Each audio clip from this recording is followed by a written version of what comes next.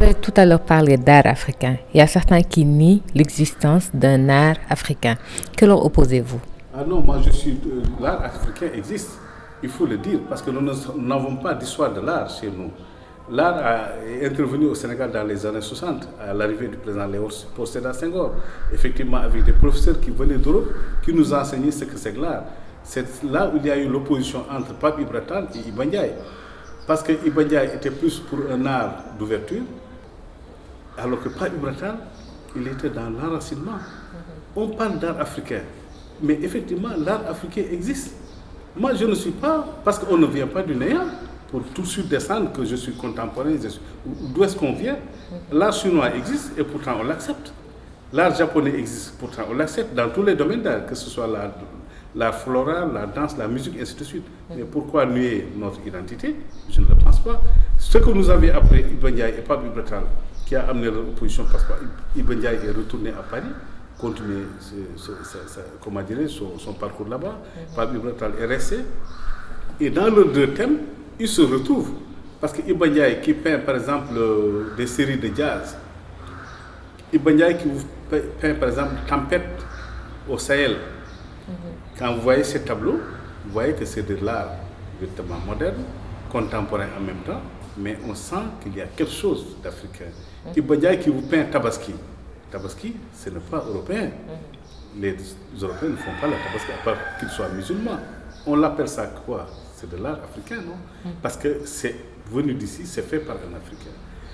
Pape Ibra Tall qui vous peint par exemple Djoudou Bourafet. Djoudou Bourafet, c'est à partir de nos us et coutumes, de nos valeurs, qu'il puise pour donner encore plus de visibilité à la jeunesse ou en plus à son peuple, pour dire que nous avons des valeurs, il faut les préserver. Il est différent d'un Européen qui vous fait une nature morte, avec juste un plat d'oranges, de fruits, et puis des arbres, des choses comme ça, ou de faire des femmes nues. Parce que je dis souvent que la manière dont on pratique l'art en Europe, on ne peut pas la faire ici. Moi, je ne peux pas me permettre d'amener un modèle dans mon atelier, la déshabiller nue et la peindre. Et le peindre, ce modèle-là, ce serait la catastrophe. Et en Europe, ça se fait dans les académies. Vous avez des femmes qui viennent ou des hommes, juste pour faire la pause, on leur paye, ils partent. C'est leur travail. Parce que cette liberté existe. Mais ça n'existe pas ici. Donc, il faut nous réinventer, assumer notre identité, réécrire et puis dire notre propre histoire. Moi, je crois profondément à l'art africain et aux artistes africains. Alors, ceux qui contestent l'existence de cet art africain-là contestent également l'existence d'un marché d'art en Afrique. Aujourd'hui, on en parle de plus en plus. Est-ce que ce marché se structure? Il existe? Comment devrait-il être? Parce que vous savez, le marché de l'art, effectivement, a été initié dans les années, il y a plusieurs années de cela, pendant une première biennale, si je me souviens bien, je ne sais plus dans quelle époque. À un moment donné, on a continué. Moi-même, j'ai initié un marché de l'art intitulé le MADAC, le marché des arts de Dakar. C'était simplement pour mettre le doigt sur cette problématique de marché de l'art. Mais le marché de l'art a toujours existé. Moi encore, je reviens encore à ma formation. Quand j'étais à Thiès, mon professeur Abdoulaye Ndiaye Tchossan me donnait régulièrement des tableaux que j'amenais à la base aérienne chez les Toubabs qui achetaient. Donc il y avait un marché. Et je revenais avec l'argent pour lui remettre. Donc il faisait à peu près environ 5 à 10 cartons que j'amenais. Il me disait, si tu vas là-bas voir tel. Je lui ai donné. Il me réglait. Je viens remettre à Abdoulaye Ndiaye. Donc c'était un marché composé d'occidentaux. À Dakar, il y avait aussi à cette époque-là des, je peux dire, amateurs d'art qui ont toujours acheté des œuvres chez les artistes qui étaient là à l'époque, les Diatasek et autres. Et tout le monde connaît leur nom.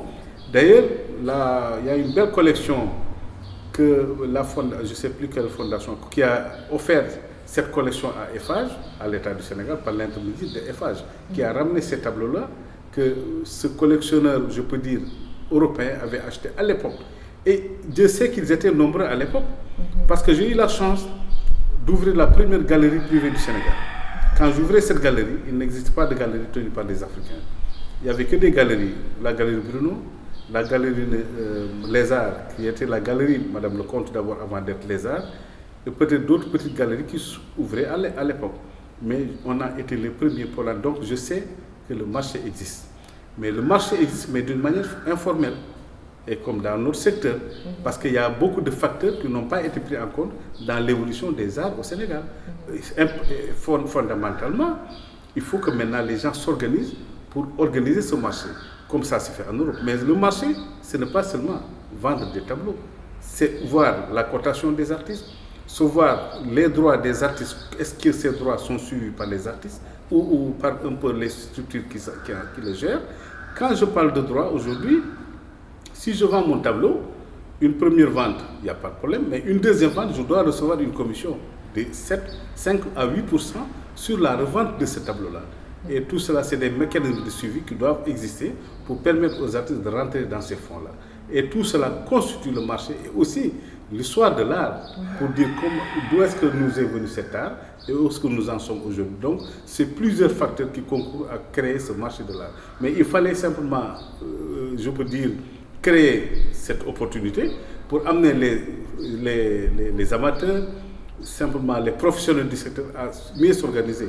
Il y a aussi le côté fiscalité ou simplement juridique, parce que les œuvres doivent être protégées. Il y a tous ces facteurs qui rentrent en jeu. Donc je pense que c'est un marché qui est en balbutiement, qui doit être organisé, réorganisé pour l'asseoir définitivement. Et je pense que c'est comme dans tous les secteurs, comme les statuts de l'artiste, comme tant d'autres, qui sont là depuis des années où les gens travaillent. Mais il faut un collectif pour gérer cette situation-là.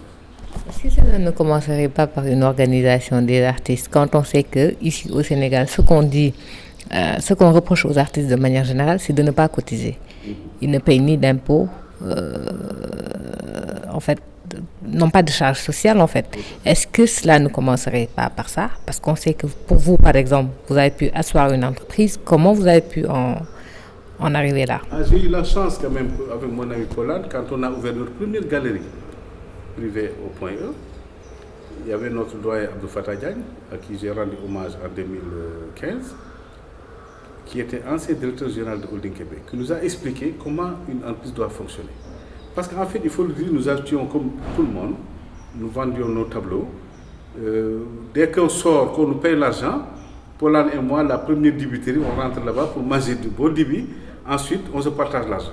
Chacun maintenant part de son côté.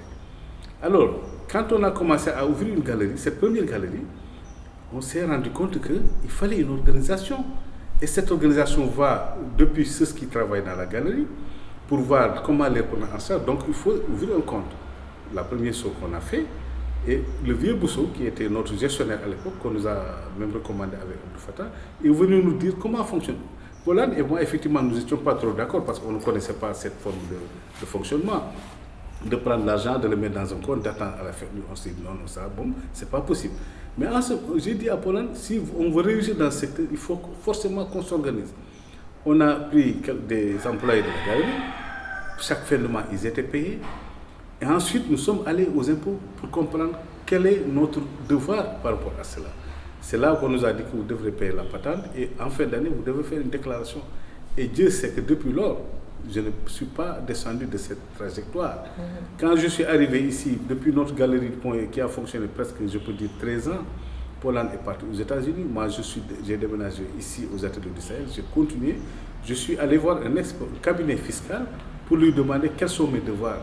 C'est ce qu'il m'a expliqué. Et chaque année, je fais mes déclarations aux impôts pour payer ce que je dois payer et ensuite vraiment être légal. Et je pense que, même s'il ne serait que sur le plan moral, on est citoyen, c'est à nous de construire ce pays-là. Je pense qu'on ne devrait même pas attendre qu'on nous dise allez le faire, on doit le faire spontanément. De dire que nous devons contribuer parce que nous utilisons les routes, nous utilisons les lumières, nous utilisons tout ce qui est autour de nous, nous avons tout, mais qu'est-ce qu'on apporte nous-mêmes? Et tout cela maintenant doit être organisé pour qu'on puisse aller vers des industries culturelles très fortes qui aujourd'hui, à l'image comment dirais-je, par exemple, comment dire, le liquide de parfum, les grandes sociétés de parfum, comment dire, je peux même dire, j'ai oublié leur nom encore. En tout cas, les grandes firmes culturelles qui sont en Europe, qui s'installent comme à l'image de Givenchy, des choses comme ça. Il faut qu'on soit à ce niveau-là pour sortir de la tête de l'eau, pour préparer aussi les générations qui arrivent. Au-delà d'un... Je voulais dire Yves Saint Laurent, quoi, et autres, voilà. Ok. Alors, au-delà du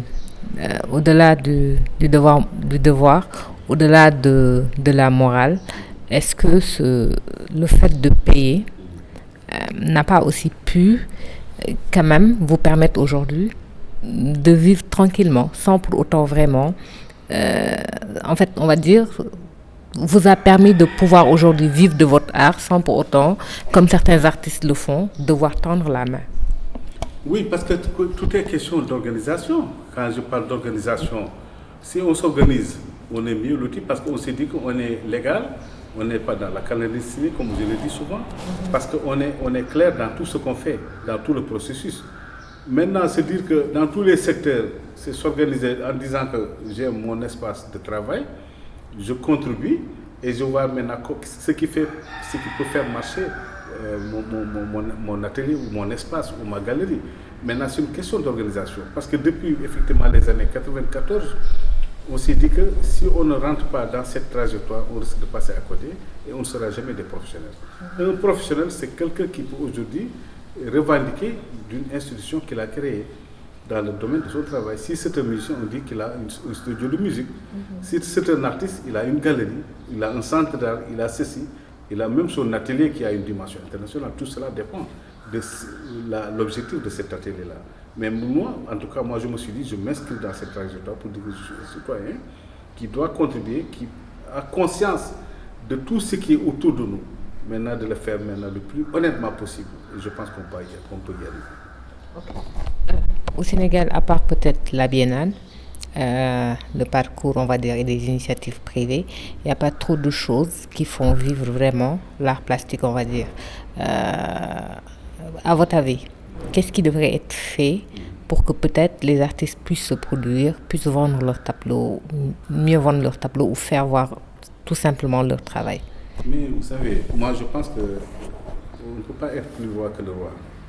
Si je dis bien que les artistes ont tellement d'opportunités au Sénégal, très différemment de la sous-région, parce que je fais souvent la sous-région, je rencontre beaucoup d'artistes, même sur le plan international, qui me disent que vous êtes très bien lotis, et je pense que rendez grâce à Dieu. Parce que nous avons été préparés depuis le temps du président Senghor. Il a assis une véritable politique culturelle qui nous a permis de savoir, de nous dire que vous avez une perspective à suivre, suivez cette perspective. Je le dis souvent à Wolof, que Senghor, parce qu'il nous a tellement parlé de concepts artistiques, culturels, que nous ne sommes pas encore arrivés de là où nous avions pointé le doigt. Quand vous allez dans la sous-région, les artistes souffrent énormément. Mais ici, nous avons des subventions. Récemment, pendant la Covid, les artistes ont été subventionnés. Mais je pense que c'est à nous d'animer notre plateau, c'est à nous de mettre du contenu. Nous avons la Biennale de Dakar, ça n'existe pas au Mali ou ailleurs, peut-être la Biennale de la photo ou autre chose. Mais Dakar a une très grande Biennale, courue de partout le monde. Dakar aujourd'hui a un musée à dimension internationale qui fait partie des 5 musées les plus importants du monde. Mais tout cela, mais les contenus, comment il faut mettre les contenants. Nous avons les plateaux qu'il faut. Depuis lors, on disait qu'il nous faut qu'on nous rende le musée dynamique. Mais nous avons le musée des civilisations noires, nous avons le musée Théodore Monod, nous avons d'autres espaces. Ce sont les artistes qui doivent peut-être mettre les contenus qu'il faut pour animer l'espace culturel. Et je pense que c'est une bonne chose qu'il y ait des initiatives comme Parcours et autres. C'est une très bonne chose. Mauro Petro était venu à notre exposition Qu'est-ce qui se passe? Il était là, il était présent. On a vu que c'était la même, mais c'est une très bonne chose. Que ces initiatives se multiplient. Il faut qu'il y ait beaucoup pour exister. Parce que l'art encore a toujours beaucoup de difficultés pour pousser, parce que les populations ne comprennent pas encore quelle est la véritable mission des artistes. Et cela est un peu dommage, mais nous avons encore bougé davantage, mais dans le sens positif aussi. La Biennale ne s'est pas tenue l'année dernière. Maintenant, vu comment se dessine peut-être l'avenir, on ne sait pas quand est-ce que ça pourra se tenir peut-être en présentiel. Est-ce qu'il ne faudrait pas revoir le mode d'organisation de la Biennale et voir comment contextualiser avec la crise-là pour pouvoir l'organiser? Oui, mais moi je pense qu'on ne peut pas se substituer au présentiel pour aller vers le virtuel. Franchement, j'ai essayé depuis lors de participer à beaucoup de forums, mais je ne sens pas véritablement la quintessence même de cette rencontre virtuelle. J'ai la nostalgie de quelque chose, de rentrer dans l'avion, de descendre à l'aéroport, de traverser, de somnoler dans les aéroports, d'aller à l'hôtel, de rencontrer des gens, de partager au restaurant. Mais sur le plan virtuel, on ne peut pas le faire. Bien sûr, on peut se substituer en faisant une simulation, mais ça ne restera qu'une simulation. C'est comme voir une œuvre d'art virtuelle et voir une œuvre d'art physique. Là, on touche la matière. Et c'est différent de voir une œuvre d'art virtuelle. La biennale, effectivement, a été très bien préparée. Et c'est l'occasion de féliciter Madame Mariam Ba de la biennale, qui s'est battue dès la première, dès qu'on a terminé la dernière rencontre de la biennale, il s'est mis à travailler sur la prochaine biennale. Donc, naturellement, on sentait qu'il y avait des résultats positifs qui s'annonçaient. Parce que moi-même, je suis membre du comité d'orientation.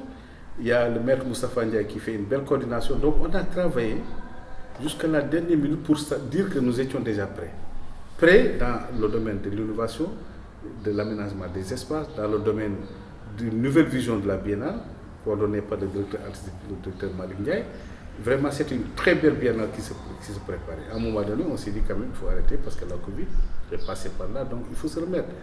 On a essayé de faire des rencontres virtuelles entre artistes, pas dans le cadre de la biennale.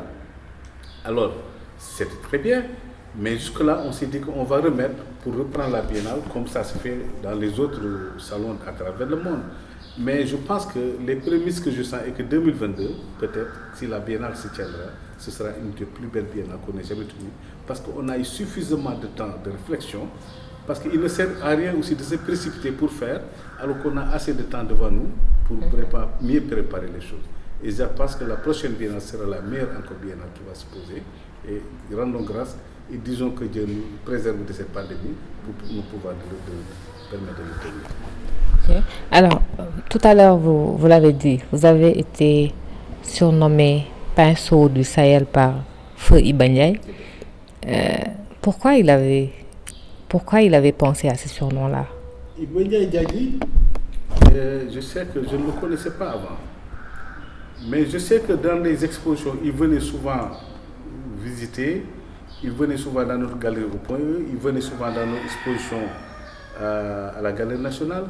Parce qu'il faut dire qu'il y a eu plusieurs années, on a tenu des expositions permanentes, je peux dire même quasi permanentes, parce que chaque année, on tenait une très grande exposition au musée Théodore Monod, avec effectivement des artistes réunis.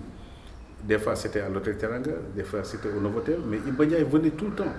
Mais je le voyais toujours regarder et partir sans rien dire. À un moment donné, il m'a contacté, on a échangé.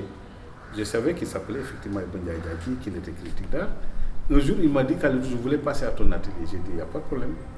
Effectivement, je lui ai donné rendez-vous, il est venu, il a regardé, il n'a rien dit, il est reparti. On a échangé et il l'a fait plus de presque 5 fois. Ah, j'ai compris qu'après, il était en train d'étudier mes œuvres, mon travail, sur tous les plans. Un jour, il m'a dit que je voulais que tu passes chez moi pour qu'on discute un peu. Il habite à la cité juste de Fena à côté. Je suis allé le voir. Je pense que c'était un jour à 13h, si je ne me trompe pas. Je suis arrivé là-bas. On a échangé, on a pris un thé, on a discuté. Il m'a dit, je voulais écrire quelque chose sur ton travail. J'ai dit, ah oui, qu'est-ce que tu sens? Quand j'aurai terminé, je vais te dire. Effectivement, il m'a rappelé pour me dire qu'il va passer à l'atelier. Il est revenu ici. Un jour, on a eu un non-entretien. Il m'a demandé mon parcours, où est-ce que je suis passé, qu'est-ce que j'ai fait. Et effectivement, Iba Ndiaye, c'était l'un des plus grands critiques d'art de l'Afrique, qui osait dire des choses comme ça devrait se dire, parce qu'il avait le courage de ses idées et de ses mots. Ce n'était pas quelqu'un qui attendait qu'on l'invite par-ci par-là pour dire, mais il était profondément convaincu de ce qu'il disait. Quand il a fait les études de mon travail, il m'a dit que effectivement vous êtes tisserand.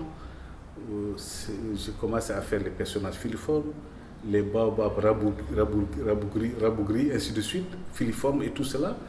Il a étudié la matière, c'est-à-dire je peux dire même qu'il a un peu comparé un peu le fond et la forme de mon travail pour me sortir le pinceau du Sahel. Et quand il m'a appelé au camp Jérémie, exactement en face de l'université, il m'a dit, tu passes au camp Jérémie, je dois te remettre un texte. Je suis allé là-bas le voir, on a échangé dans son bureau, il m'a remis un texte signé Iba Ndiaye Diadji. Il m'a dit, voilà le texte que j'ai sorti sur son travail. J'ai dit, ah oui. Il me dit, ça fait des années que je passe te voir, mais j'étais en train d'étudier ton parcours, qu'est-ce que tu as fait, quelle était l'originalité même de ton travail. C'est là qu'il a compris que j'étais tisserand dans ma famille, je suis parti du fil à tisser pour sortir un personnage, continuer mon travail sur d'autres formes et qui est devenu danseur, musicien, ainsi de suite. Parce que je voulais raconter mon histoire, là où je suis passé. Parce que quand vous allez à Thiès, vous allez voir par exemple Tangor, ces formes de dunes qui portent des baobabs, ainsi de suite. Tout cela, c'était les souvenirs de mon enfance, c'était des refoulements de mon enfance. Et quand je suis parti exposer en Allemagne, j'ai un ami qui s'appelle Klaus Hanfeld, un grand collectionneur d'art. Ils sont à peu près une dizaine, hein, c'est souvent des banquiers, mais c'est des grands collectionneurs. Il me disait, quand ils sont venus au Sénégal, la première visite, ils ont dit, ils pensaient que quand je faisais les tableaux sur le baobab, j'exagérais quoi, parce qu'il y avait tellement de baobab, mais quand ils sont allés vers Ngaparou, mais ils ont dit, mais c'est pas possible, on revoit exactement, mais pas d'une manière illustrative, mais quand même d'une manière suggérée dans mes tableaux. Parce qu'il fallait que je raconte mon histoire. À un moment, ce que je disais aujourd'hui, que l'art doit être transversal. On ne peut pas répéter la même chose tout le temps si on est dans la création. Donc à cette époque, c'est ce que je sentais. À un moment donné, je suis sorti pour que ces œuvres soient maintenant un peu plus semi-abstraits, surréalistes ou même un peu figuratives aussi, quoi.